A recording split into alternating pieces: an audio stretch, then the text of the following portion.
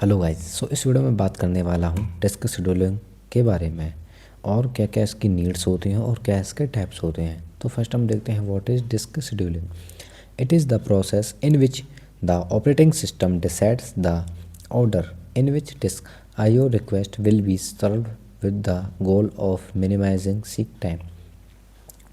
Disc scheduling ये decide करता है कि डिस्क के रिक्वेस्ट किस ऑर्डर में प्रोसेस होंगे ताकि हेड को कम से कम मूव करना पड़े और टाइम बचे। Seek time, time taken by the time disk arm to move to the track where the required data is stored.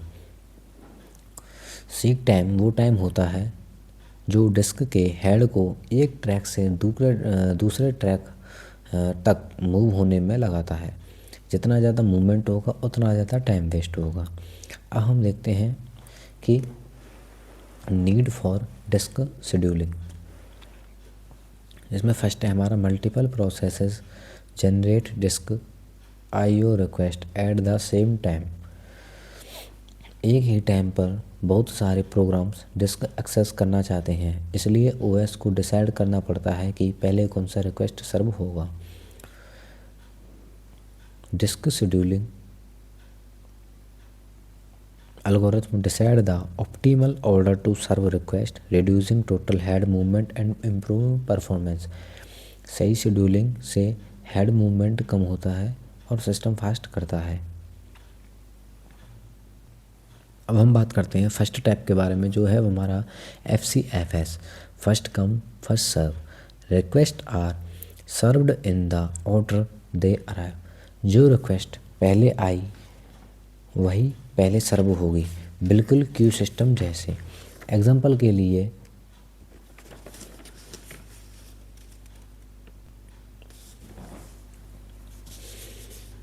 एक एग्जाम्पल लेके समझते हैं इसको हम। हमारे पास एक रिक्वेस्ट क्यू है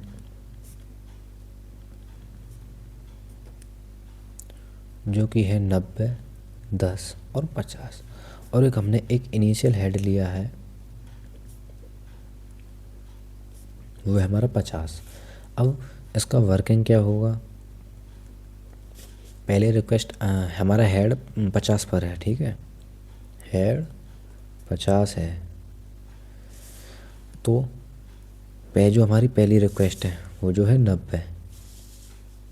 अब हमारा 50 से 90 मूव करेगा जो कि हमारे 40 यूनिट्स आएंगी, ठीक है। अब नेक्स्ट करेगा हमारा 10। हमारा नेक्स्ट है हमारा 90 से 10, जिसमें कि हमारी 80 यूनिट्स आएंगी, जो डिफरेंस है, ठीक है। अब हम बात करने वाले हैं 10 से 150 के। इसमें हमारी 140 यूनिट्स आएंगी क्योंकि 10 के बाद हमारा 150 है ये। अब इसका अगर हम टोटल हेड मूवमेंट करते हैं, टोटल हेड मूवमेंट, तो 40 प्लस 80 प्लस 140 बराबर आएगा हमारा 260 यूनिट्स। इसमें क्या होगा, हमारा हेड हर बार आगे पीछे मूव कर रहा है, जैसे कि 40, 80, 140।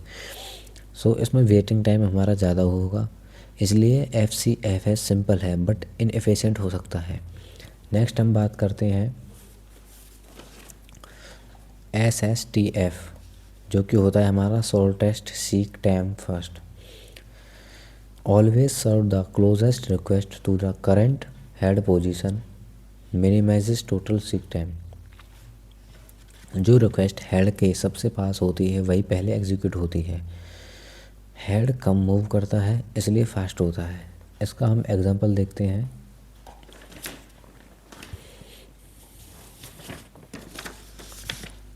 एग्जांपल के लिए हमारे पास वही सेम रहेंगी रिक्वेस्ट क्यू और इनिशियल हेड पोजीशन, जो कि रहेगी हमारी, ये रहेगा 90, 10, 150 और ये रहेगा हमारा 50, जिसमें कि हर बार क्लोजेस्ट चूज़ होती है, ठीक है। अब हेड है हमारे पास में 50, तो इसके क्लोजेस्ट क्या रहेगी, 90। हम देखते हैं इसमें क्लोजेस्ट रिक्वेस्ट रहेगी हमारी इसमें 90। जो कि इसका डिस्टेंस आएगा हमारे पास में 40। तो 50 से 90 मूव करेगी। अब सेकंड में क्या करेगी, हमारे पास बचे 10 और 150, ठीक है। अब 90 के पास में क्या आएगा, 90 से हमारे पास में आएगा 150, जो कि हमारे पास 60 इसकी यूनिट डिस्टेंस आएगी, ठीक है। अब नेक्स्ट बचा हमारे पास 10 का क्या होगा, 10 का हम 150 से लेंगे, हमारे पास आएगा 140। तो उसका जो टोटल मूवमेंट वो आएगा हमारे पास 40 + 60 + 140 = 240 यूनिट्स। इसका जो एडवांटेज होता है वो होता है कि FC FS से कम मूवमेंट होता है और उसकी फास्ट परफॉर्मेंस होती है। पर इसका एक डिसएडवांटेज होता है, अगर कोई रिक्वेस्ट बहुत दूर हो उसका नंबर कभी नहीं आ सकता, उसे हम स्टारवेशन प्रॉब्लम कहते हैं। नेक्स्ट हम बात करते हैं स्कैन के बारे में।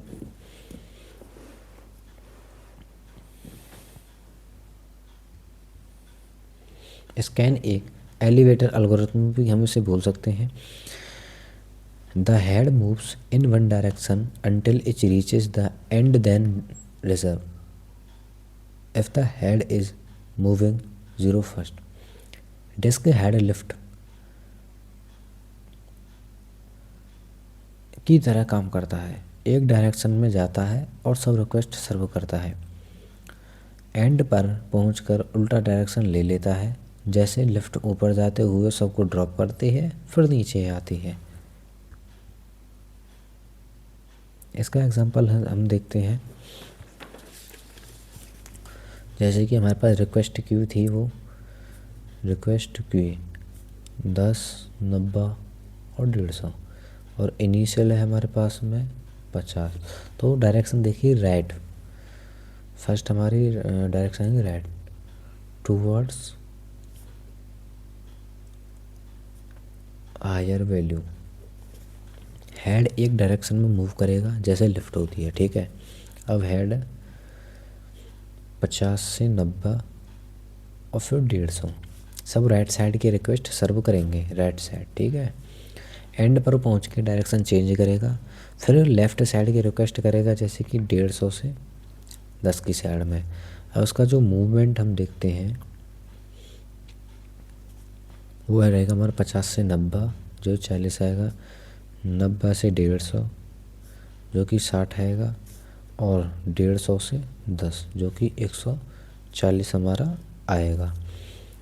अब इसके हम एडवांटेज देखते हैं, वो होता है वेटिंग टाइम कंट्रोल होता है और स्टारवेशन कम होता है। नेक्स्ट हम देखते हैं सी स्कैन के बारे में, जो कि सर्कुलर स्कैन हम इसे बोलते हैं। इसमें क्या होता है हमारे में, similar to scan but after reaching the end the head jumps directly to the other end without servicing request on the way back। ये स्कैन से सिमिलर होता है, हेड सिर्फ एक डायरेक्शन में ही काम करता है, एंड पे पहुँचे बिना किसी रिक्वेस्ट को सर्व किए डायरेक्ट स्टार पर आ जाता है। सब प्रोसेस को ऑलमोस्ट इक्वल वेटिंग टाइम मिलता है। एग्जांपल के लिए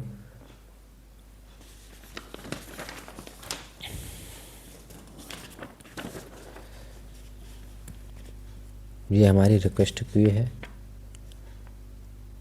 रिक्वेस्ट क्यू जो कि है 10, 90, 150 और इनिशियल है 50।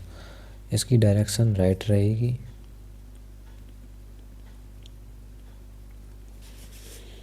फर्स्ट देखते हैं हम 50 से 90 आ जाएगी, 90 से 150 जाएगी, जिसमें कि सर्व करता है।